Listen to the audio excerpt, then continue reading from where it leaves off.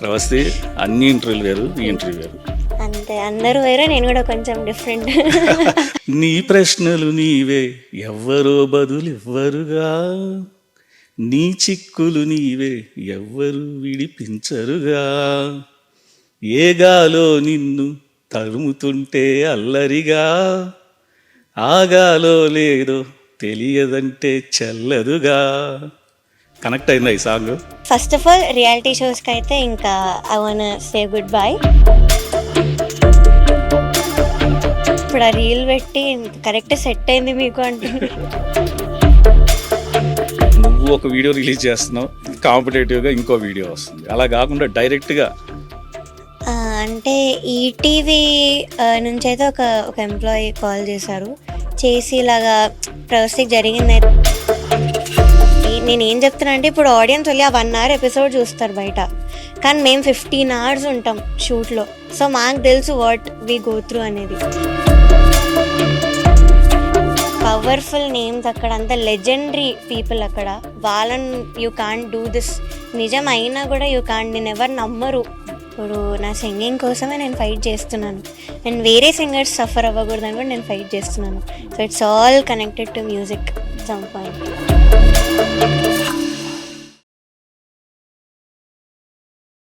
Welcome to Dhatri.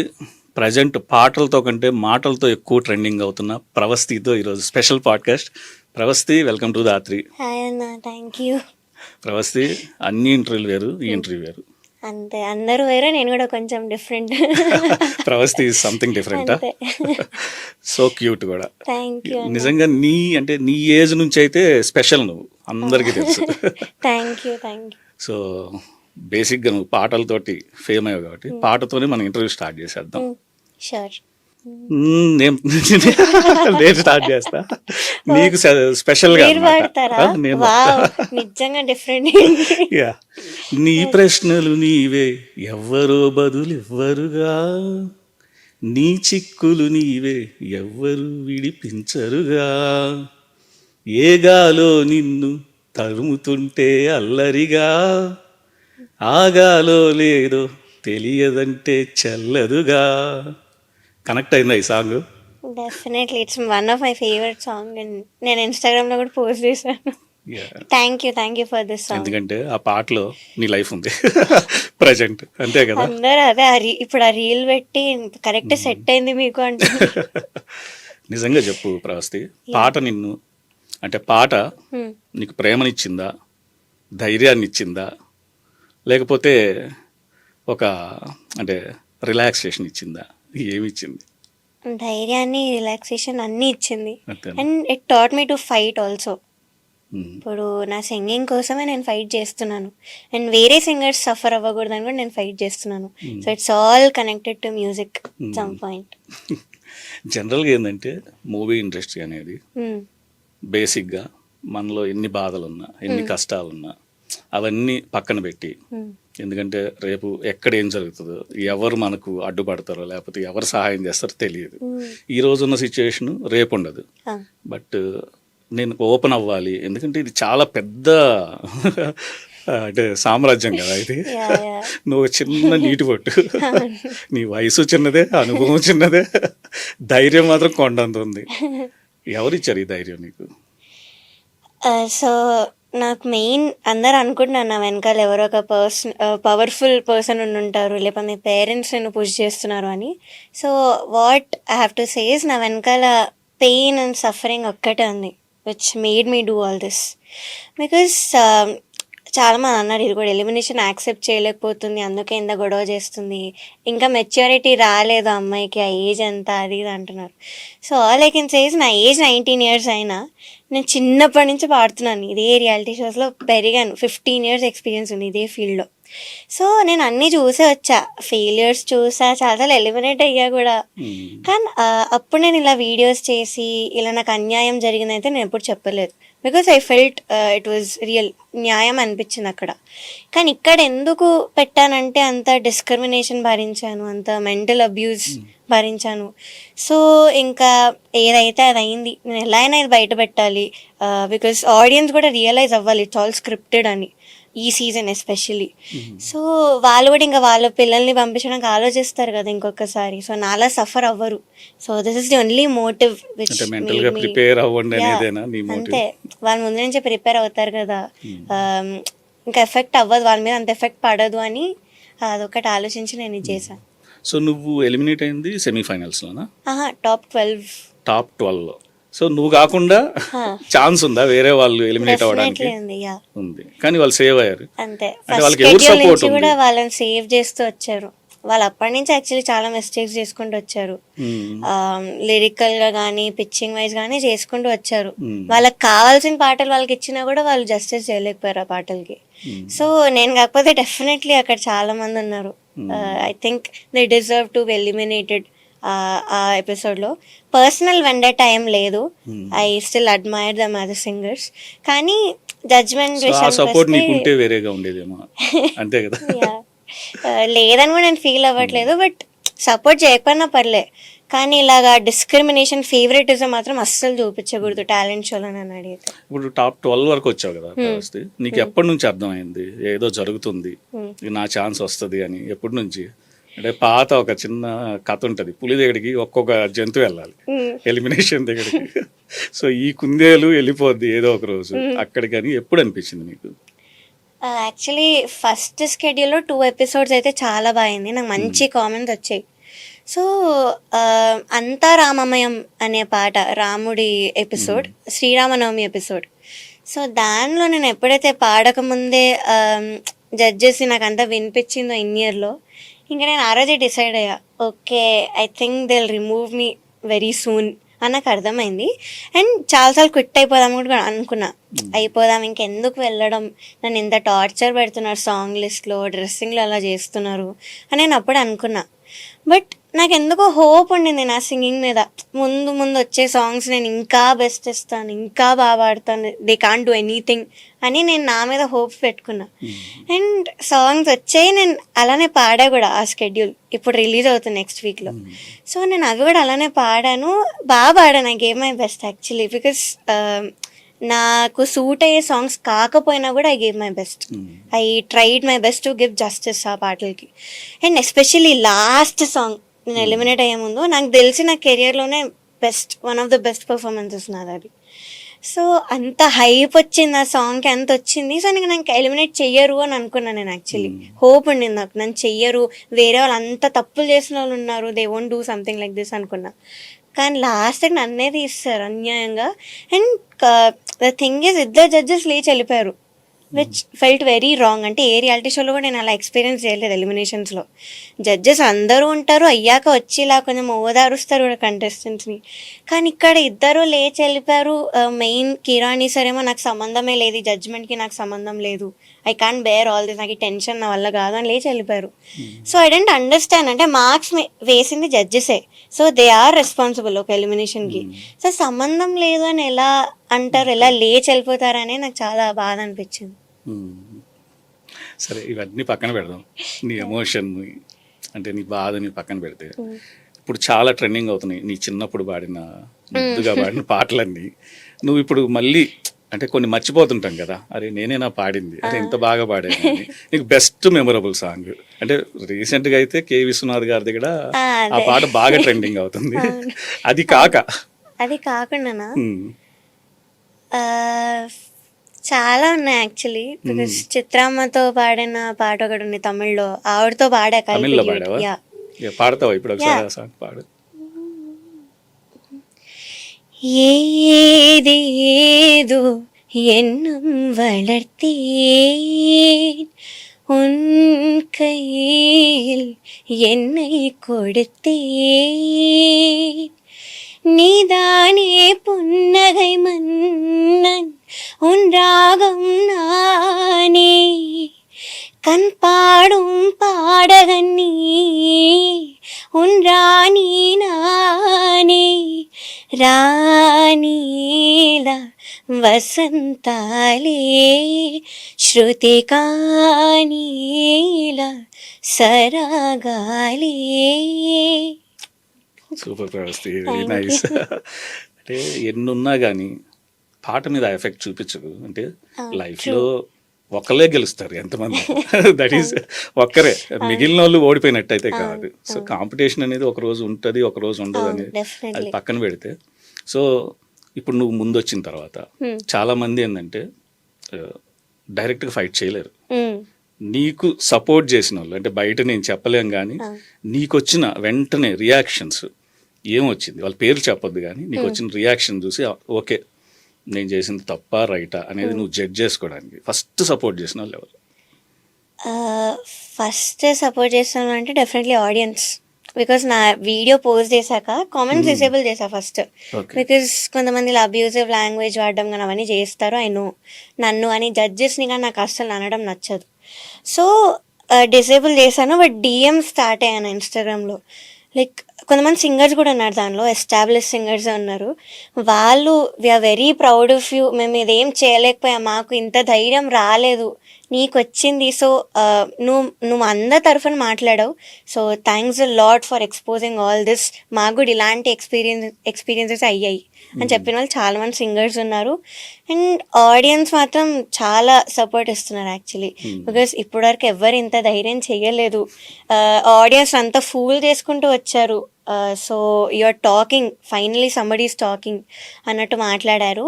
And కొంతమంది warning calls కూడా వచ్చాయి నాకు, ఎందుకు చేస్తున్నావు, సరే ఆలోచించాలి కదా చేసే ముందు, you are taking powerful names, so ఆపే వీడియో డిలీట్ చేసి అన్న సింగర్స్ కూడా ఉన్నారు.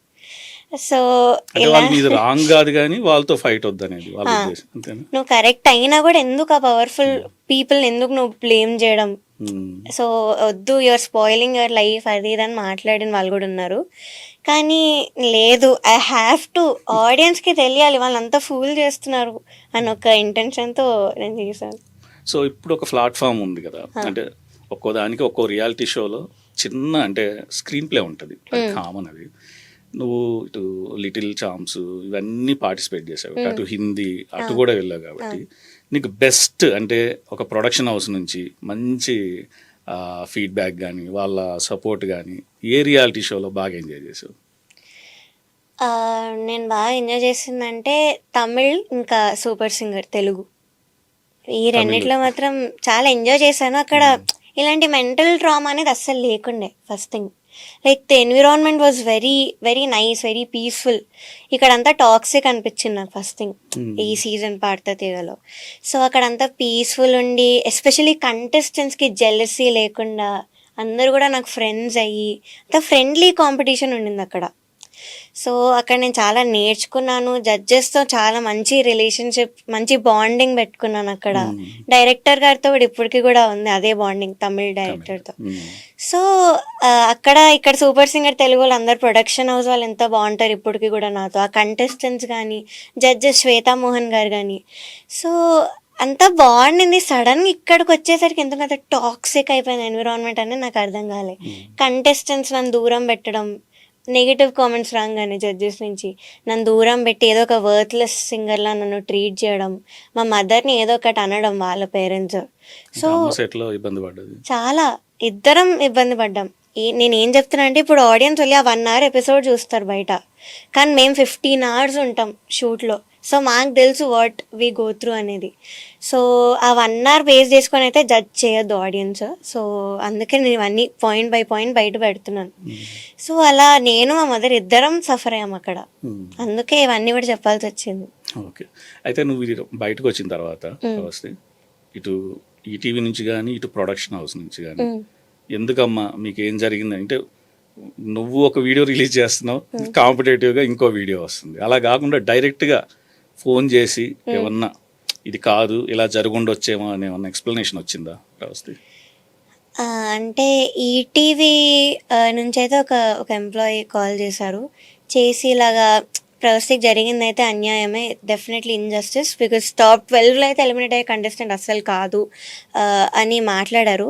సో నాకు యాక్చువల్లీ ఈటీవీతో ఏం ప్రాబ్లం లేదు, అది ఛానల్, వాళ్ళతో నాకు అస్సలు ఏమి ఇష్యూస్ లేవు, ఏం లేవు.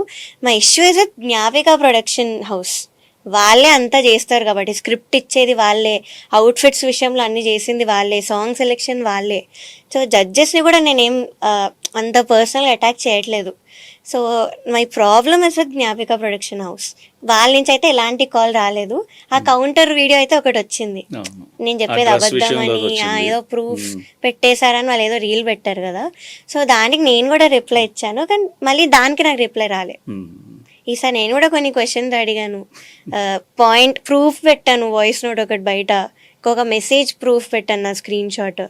సో వీటికి మాత్రం మరి రిప్లై రాలేదు. మ్మ్. సరే ప్రవస్తి, అయితే తెలుగు కదా నీ నేటివ్ లాంగ్వేజ్. Yeah. తమిళ్ ఎలా అసలు, ఎట్లా ఆ పదాలు కొంచెం కష్టం ఉంటాయి సింగింగ్ కి, కష్టం. ఎందుకంటే ఆ ప్రొనౌన్సియేషన్ చాలా టిపికల్ ప్రొనౌన్సియేషన్, మన తెలుగులాగా ఉండదు. అవును. దాన్ని ఎలా మేనేజ్ చేసావు అసలు? తమిళ్లో పోవాలని ఎవరు ఎంకరేజ్ చేశారు నిన్ను? Yeah, so actually when I was 7 years old, అప్పుడు నాకు ఇలా తమిళ్ నుంచి కాల్ వచ్చింది, ఇలా సూపర్ సింగర్ జూనియర్ కొత్త సీజన్ వస్తుంది, మీరు ఇంట్రెస్టెడా అని కాల్ వచ్చింది. సో ఫస్ట్ ఆఫ్ కోర్స్ కొంచెం ఆలోచన, లాంగ్వేజ్ రాదు, so how will I survive ఆ రియాలిటీ షోలో అని. కానీ ఏమో ట్రై చేద్దాం, కొత్త లాంగ్వేజ్ నేర్చుకోవడంలో తప్పేముంది అనుకున్నాం నా పేరెంట్స్ కూడా. సో నన్ను తీసుకెళ్లారు ఆడిషన్కి. నాకు అప్పటికి 2 సాంగ్స్ వచ్చు తమిళ్లో. ఏం సో పాటలు? తలచి తలచి చూస్తే అది తమిళ్లో, తమిళ్. నేనైతే నేనైతే పాడతాల్, మ్మ్. ఇంకా శ్రీరంగ రంగనాథ నిన్ పాదం, ఇది. సో ఈ 2 వచ్చు నాకు. మ్మ్. ఆ 2 పాడాను నేను వెళ్ళి ఆడిషన్లో. అండ్ సెలెక్ట్ చేశారు. ఫస్ట్ రౌండ్ సెలెక్ట్ అయిపోయాను, సెకండ్ రౌండ్ సెలెక్ట్ అయిపోయాను, థర్డ్ రౌండ్ వచ్చేసి థియేటర్ రౌండ్. మ్మ్. జడ్జెస్ ఉంటారు అక్కడ ఆ రౌండ్లో, అక్కడ మంచి టాప్ మ్యూజిక్ డైరెక్టర్స్ వాళ్ళందరూ వచ్చి కూర్చుంటారు. సో అక్కడ పాడాక చాలా మంచి కామెంట్స్ వచ్చాయి, అది కూడా వైరల్ అయింది వీడియో నాది ఇన్స్టాలో. గూస్ బంప్స్ వస్తున్నాయని, అసలు లాంగ్వేజ్ రాకుండా ఎలా పాడుతున్నావు, మాట్లాడమన్నారు, నాకేమో ఐ డోంట్ నో అని చెప్తున్నా నేను. వాళ్ళు ఏదో అడుగుతున్నా, నేనేమో ఐ డోంట్ నో అంటున్నా. కానీ మెల్లమెల్లగా ఒక్కొక్క episode I kept learning, language నేర్చుకున్నాను, సింగింగ్లో చాలా ఇంప్రూవ్మెంట్ వచ్చింది తమిళ్లో. సో ఇంకా తమిళ్ కూడా నాకు చాలా నచ్చింది, ఆ సాంగ్స్ కానీ ఎందుకో చాలా నచ్చింది. తెలుగు ఒక కన్ను అయితే తెలుగు ఇంకో కన్నులా అనిపించింది నాకు ఇంకా అక్కడికి వెళ్ళాక.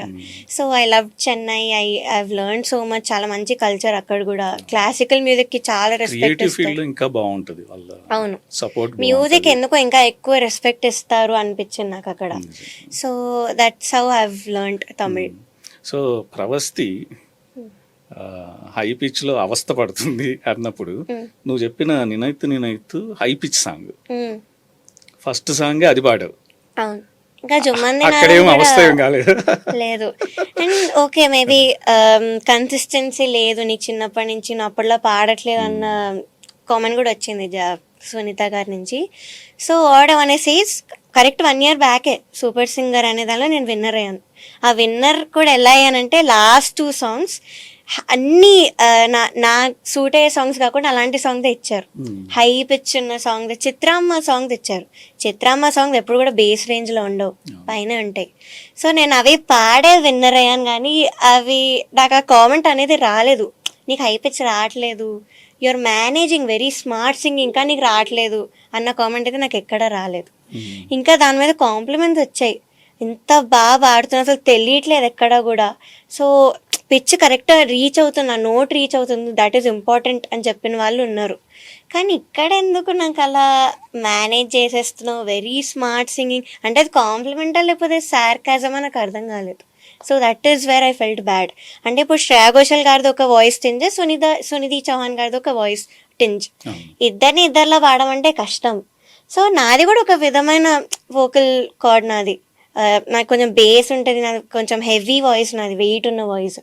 సో అలాంటి వాయిస్ మీద మీరు అలా డౌన్ చేసి మాట్లాడడం ఇస్ తప్పు. మీరు మీ ఒపీనియన్ మీరు చెప్పచ్చు, కానీ ఇన్సల్ట్ చేయకూడదు ఎప్పుడు కూడా. Opinion is different, insult is different. ఒకసారి నేనైతే పాడు.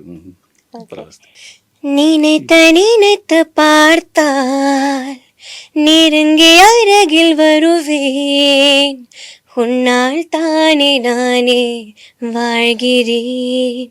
ஓ உன்னில் இன்று என்னை பார்க்கிறேன்.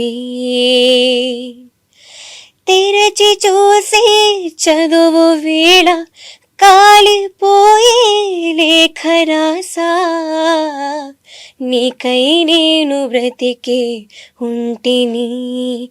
ఓ నీలో నన్ను చూసుకుంటిని. తలచి చూస్తే తరలి దరికి వస్తా నీకై నేను బ్రతికే ఉంటిని ఓ నీలో నన్ను చూసుకుంటిని. సూపర్ వ్యవస్థ. సో అసలు ఇది పక్కన పెట్టేసి ఇది ఏదో ఒక రోజు తెగిపోవాలి, ఒక చోట ఎండింగ్ ఉంటుంది, Yeah. అది పాజిటివ్ అది నెగిటివ్ అది పక్కన పెట్టేస్తే నీ ఫ్యూచర్ ప్లాన్స్ ఏంటి వ్యవస్థ? So my future plans is first of all reality షోస్కి అయితే ఇంకా I want say goodbye, because అది మాత్రం గట్టిగా డిసైడ్ అయ్యా. మ్యూజిక్ వదిలేసిన అది విషయం, అది different, but reality shows I definitely want leave because ఇంకా I don't think I can bear all this discrimination, ఈ ఫేవరెటిజం, ఆ బాడీ షేమింగ్ ఎస్పెషలీ, బికాస్ అక్కడ కాన్ఫిడెన్స్ ఇలా డౌన్ చేసేస్తున్నాయి అలాంటివి. So I don't go through the same thing again and again. So అది మాత్రం definitely. Music అనేది I'll keep practising, I'll learn new things, I'll learn new genres. So I'll keep improving మ్యూజిక్లో. Maybe I'll do band shows and all that, కానీ reality shows అయితే ఇంకా I want full stop ఇక. Yeah enough. ఒకవేళ ఫ్యూచర్లో maybe నాకంటూ own songs వచ్చి ఎవరైనా స్పాన్సర్స్ వచ్చి ఇలాగా శివరాత్రి సాంగ్ కానీ అలాంటివి చేస్తే maybe I'll do, because that's a good thing actually ఓన్గా రావడం అనేది. సో అలాంటివి వస్తే I'll definitely utilize and I'll give my best.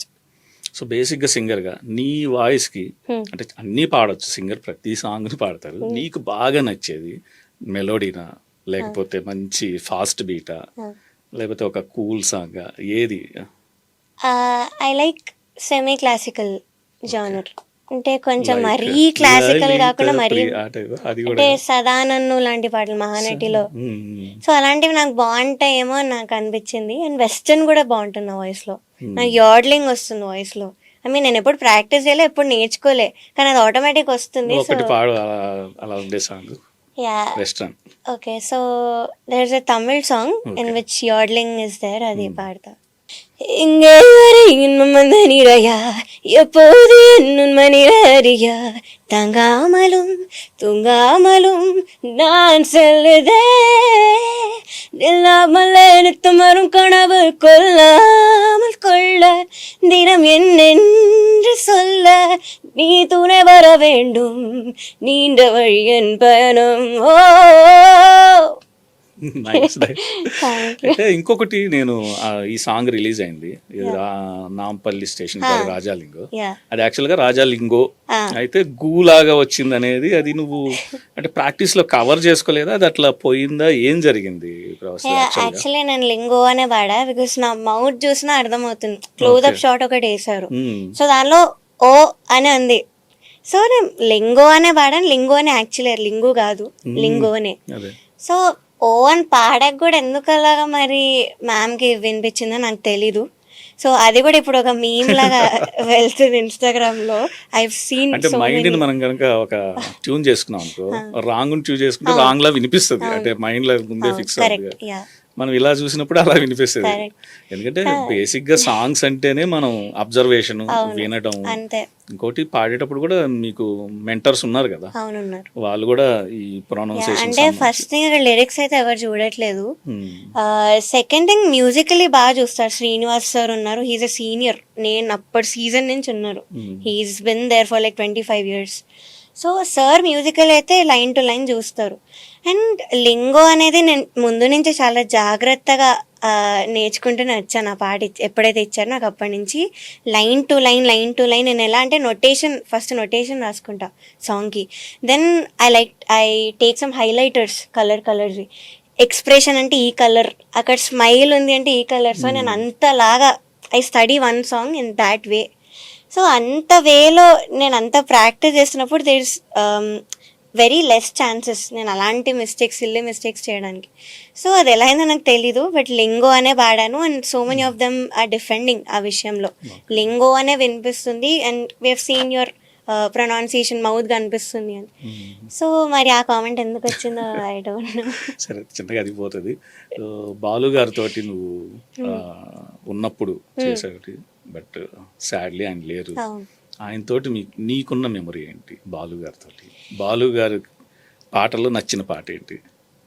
So చాలా it's very hard to decide అన్ని పాటలు. But I think my personal favourite is నీలాలు కారేనా అండ్ ప్రియతమా నా హృదయమా. సో ఈ 2 పాటలు నాకు చాలా ఇష్టం ఎందుకో. సో అది బాలు గారితో ఎక్స్పీరియన్స్ అంటే ఫస్ట్ నేను చిన్నప్పుడు ఒకసారి కలిసాను చార్దీ స్టూడియోస్లో. I was just 5 years old. So నన్ను తీసుకెళ్లారు, ఒకళ్ళు తీసుకెళ్తే ఆయన పాపం బ్రేక్ తీసుకుంటున్నారు పాడతా తీగ షూట్లోనే. బ్రేక్ తీసుకుంటున్నారు అయినా పాపం పిలిచారు, ఒళ్ళో కూర్చోబెట్టుకున్నారు వెళ్ళంగానే. సో వెళ్ళంగానే ఒక పాట పాడతావా అన్నారు. అంటే నేను జుమ్మంది నాదం పాడాను. పాడితే సో పాడేటప్పుడు నా చెయ్యి ఇలా పట్టుకొని ఇలా ఒత్తుతూ ఉన్నారు నేను పాడేటప్పుడు. ఇంత చిన్న పిల్ల ఎలా పాడుతుందో అని అన్నారు. అండ్ చెప్పారు కూడా కొన్ని ఇయర్స్ వచ్చాక రా మన పాడతా తీగలోకి అప్పుడు చూద్దాం ఎలా పాడతా అన్నారు. అండ్ అలానే నేను వెళ్ళాను. నాకు 10 years వచ్చాక ఐ వెంట్ టు పాడతా తీయగా. అప్పుడు శాస్త్రి గారు director, different production house. So ఆడిషన్లో పిబరే రామరసం అయిన కంపోజిషన్ పడమటి సంధ్యారాగం, దానిలో ఉన్న అయిన కంపోజిషన్ పాడాను. సో చాలా మంచి కామెంట్స్ వచ్చాయి బాలు సార్ నుంచి. అండ్ తాతగారు అనమన్నారు నన్ను. సో ఇంక అప్పటి నుంచి ఆ బాండింగ్ అనేది స్టార్ట్ అయింది. నేను ప్రతి ఎపిసోడ్ కూడా థ్యాంక్ యూ తాతగారు అనుకుంటూ వచ్చాను. And I got the best compliments ఇప్పుడు కూడా నా లైఫ్లో బెస్ట్ కాంప్లిమెంట్ వచ్చాయంటే అది ఎస్పీబీ సార్ నుంచే. ఫర్ 1 song రాయినైనా కాకపోతిని అనే పాట పాడాను ఫస్ట్ ఎపిసోడ్లో. సో దానికి ఒక కాంప్లిమెంట్ వచ్చింది విచ్ ఇస్ ఏంటి దండం పెట్టాలనిపిస్తుంది నువ్వు పాడే విధానానికి, కానీ ఏది చూసి నేను చెయ్యట్లేదు, ఏం పాడవు తల్లి అని ఒక కాంప్లిమెంట్ ఇచ్చారు. ఎవడ ఎమోషనల్. నా ఏజ్లో అంత తెలియదు కూడా నాకు, అసలు దాని విలువ తెలియదు, ఆ కామెంట్ విలువ. అయినా కూడా ఐ గాట్ ఎమోషనల్. అది ఉందా ఇప్పుడు రికార్డెడ్ గా? ఐ థింక్ దే ఎడిటెడ్ పాట అయితే ఉంటుంది, నాకు తెలిసి ఉంటుంది యూట్యూబ్లో. బట్ ఆ కామెంట్ నాకు తెలిసి ఎడిట్ చేసి ఉంటారు. సో ఆ కామెంట్ ఇచ్చారు. మా గురువు గారిని ఎంత మెచ్చుకున్నారో, బిన్ని కృష్ణ కుమార్ గారు. సో వాళ్ళని చూపించి, వాళ్ళ ఫోటో చూపించి అంతా మెచ్చుకున్నారు. ఫస్ట్ ఎపిసోడ్ నుంచి ఫైనల్స్ వరకు అలాంటి కాంప్లిమెంట్స్ వచ్చాయి. యూఆర్ టెక్నికలీ నేను ఎక్కడా పట్టలేకపోతున్నాను, లిరికల్గా కొన్ని చెప్పారు నాకు ఫాల్స్. బికాజ్ అప్పుడు I used to see in Tamil Nadu. చెన్నైలో ఉన్నాను అప్పుడు నేను. 3 years ఉన్నాను నేను తమిళనాడులో ఆఫ్టర్ మై రియాలిటీ షో. నచ్చి అక్కడ ఉండిపోయాను. సో కొన్ని లిరికల్ ఫాల్స్ చెప్పే వాళ్ళ తాతగారు అండ్ నేను I used to correct immediately. So తాత మనరా. సో బాలు గారు కాంప్లిమెంట్ ఇచ్చిన ఆ సాంగ్ ఒక్కసారి పాడు. అడవి లోపల పక్షినైతే అతివ సీతను కాచనా, అందువలన రామచంద్రుని అమిత కరుణను దోచనా. అడవి లోపల పక్షినైతే అతివ సీతను కాచనా, అందువలన రామచంద్రుని అమిత కరుణను నోచనా. రాయినైనా కాకపోతిని రామ పాదము సోకగా, బోయనైనా కాకపోతిని పుణ్యచరితము పాడగా.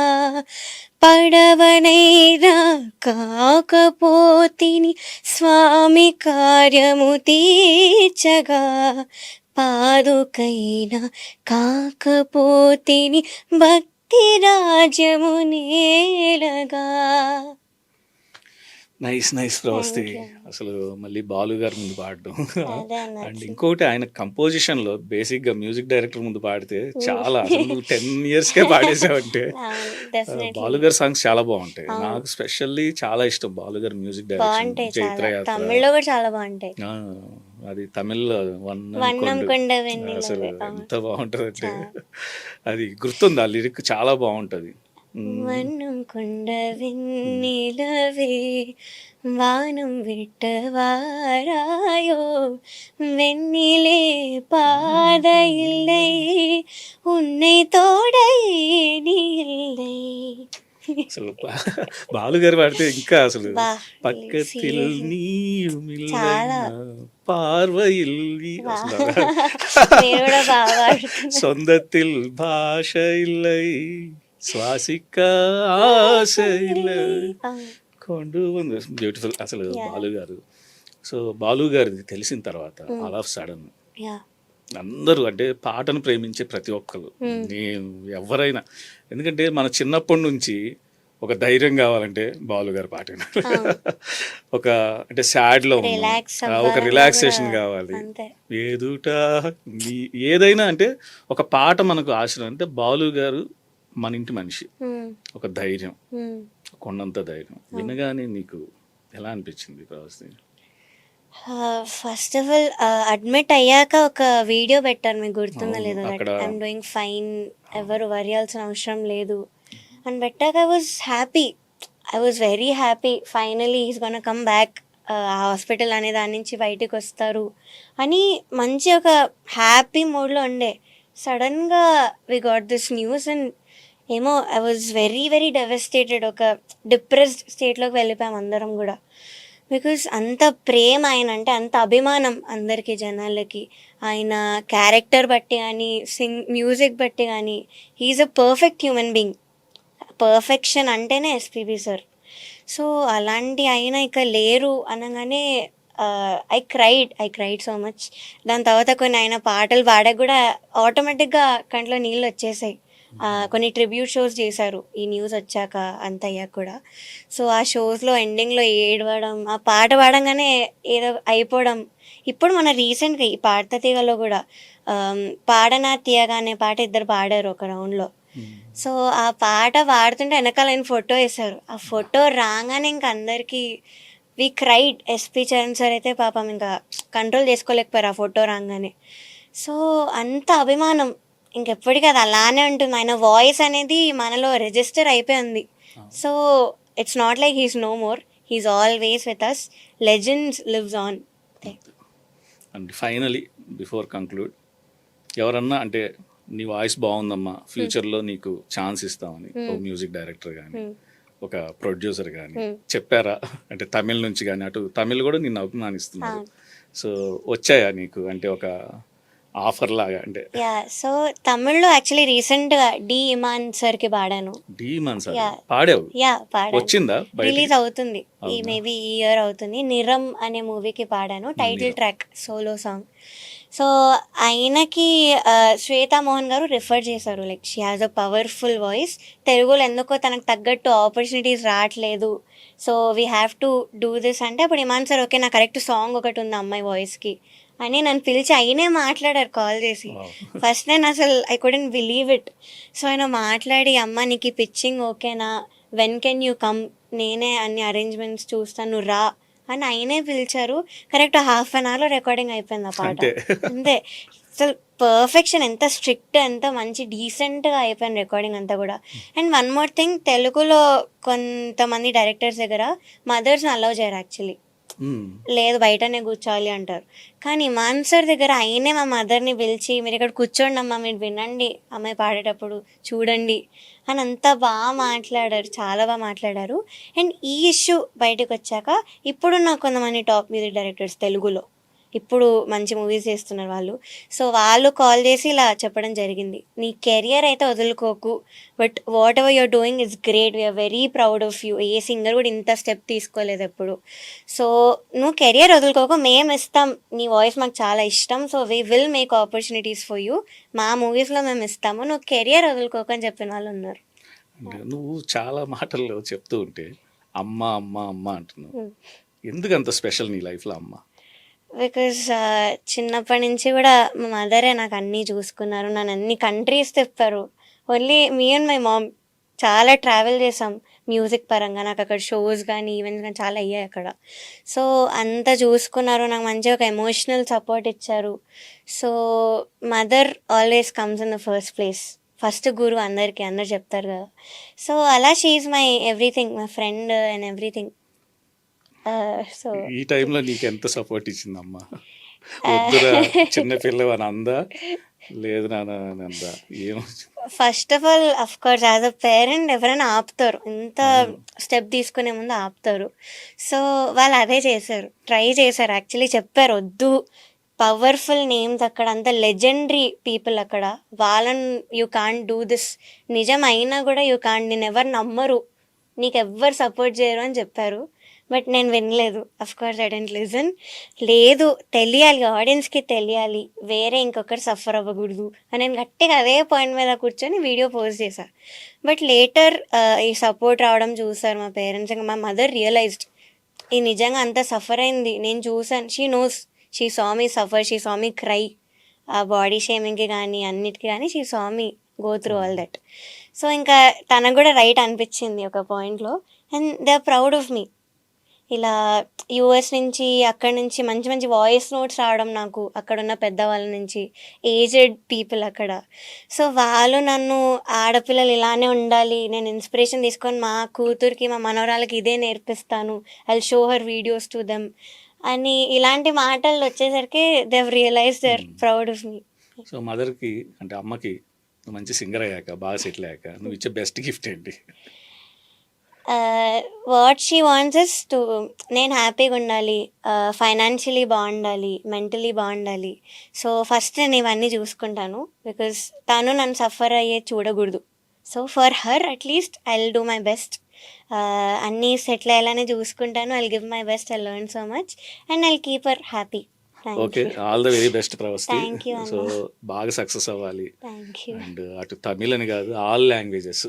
ఎందుకంటే బాలు గారు చూసావు కదా, అవును, మల్టీ కన్నడ వాళ్ళు ఈయన మా సింగర్ అవును, అని చెప్పి ఎంత ఓన్ చేసుకుంటారంటే, అటు తమిళ అయినా ఇటు తెలుగు అయినా. మలయాళం అసలు కొన్నిసార్లు చూసినప్పుడు ఇక్కడ కంటే ఎక్కువ ప్రేమ కురిపిస్తారు అటు తమిళనాడులో. అవును, కరెక్ట్. ఇట్లా వాయిస్ ఇలా రైస్ చేయగానే అసలు వాళ్ళకి ఒక విధమైన ఎమోషన్. అక్కడ ఇంకా చాలా. అవును. అండ్ హిందీలో కూడా సక్సెస్ఫుల్ హిందీలో మలయాళం కూడా పాడారు. మలయాళం అన్ని అట్లా సాంగ్స్ కానీ మ్యూజిక్ కానీ అసలు ఒక బౌండరీ లేదు, బ్యారియర్ లేదు. అవును. సో నువ్వు కూడా ఆల్ ఓవర్ మొత్తం సక్సెస్ అవ్వాలి. Thank you. ఎందుకంటే పాటను ప్రేమించే వాళ్ళు ఎప్పుడు పాటనే ప్రేమిస్తారు, ఇక వేరేది రాదు. అంతే సో నీ ప్రొఫెషన్ ఇదే, నీ ప్యాషన్ ఇది. అంతే, లైఫ్ అది.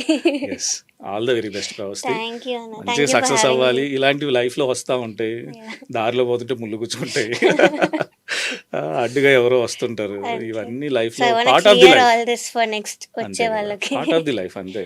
బాలు గారిని కూడా స్టార్టింగ్ లో అవును, ప్రతి అందరూ ఒక్కరు సజెషన్స్ ఇచ్చిన వాళ్ళు, ఎవరికైనా సజెషన్స్ ఇచ్చిన వాళ్ళు. ఈ రోజు అందరూ సక్సెస్ అయ్యారు. నువ్వు కూడా చాలా అంటే పెద్ద సక్సెస్ నీకు రావాలని థ్యాంక్ యూ మనస్ఫూర్తిగా సో కోరుకుంటున్నా. మచ్. Thank you.